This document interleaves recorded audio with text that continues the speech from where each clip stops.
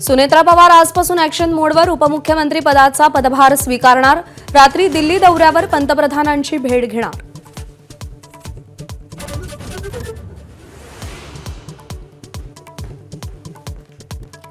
जिल्हा परिषदेतील विजयानंतर मुख्यमंत्री फडणवीसांचा तातडीने दिल्ली दौरा। गृहमंत्री अमित शहा यांची रात्रीच भेट घेतल्याची माहिती। राष्ट्रवादी विलीनीकरणावरती दिल्लीत खलबत झाल्याची ही माहिती।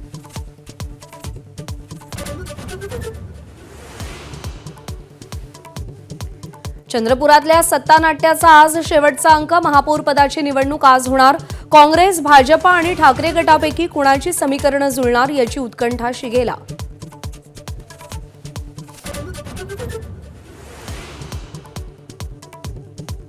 सुनेत्रा पवार आज पदभार स्वीकारणार। पहिल्यांदाच मंत्रिमंडळ बैठकीसाठी उपस्थिती लावणार। त्याआधी सिद्धिविनायकाचे दर्शन घेऊन चैत्यभूमीवर बाबासाहेब आंबेडकरांना अभिवादन करणार।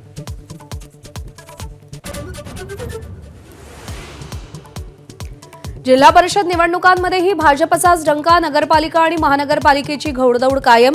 शहरी पक्ष असल्याचं मिथक भाजपनं मोडून काढलं। मुख्यमंत्र्यांचं वक्तव्य।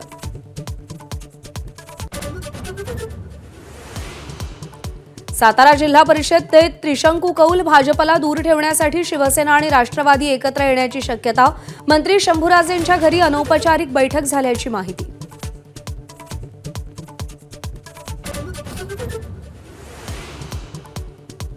ज्येष्ठ नेते शरद पवारांची प्रकृती स्थिर। छातीत दुखत असल्यानं पुण्यात रुग्णालयात दाखल।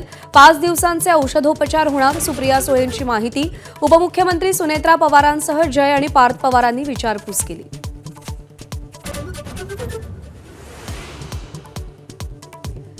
राज्य शिक्षण मंडळाची 12वीची परीक्षा आजपासून 9 शिक्षण मंडळांमध्ये 15,32,000 विद्यार्थी परीक्षेला बसतायत।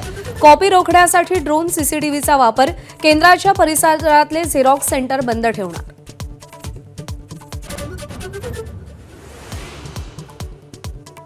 आयसीसीच्या तंबीनंतर पाकिस्तान वटणीवर भारतासोबत T20 खेळणार। रविवारी कोलंबोत सामना रंगणार। एबीपी माझा, उघडा डोळे बघा नीट।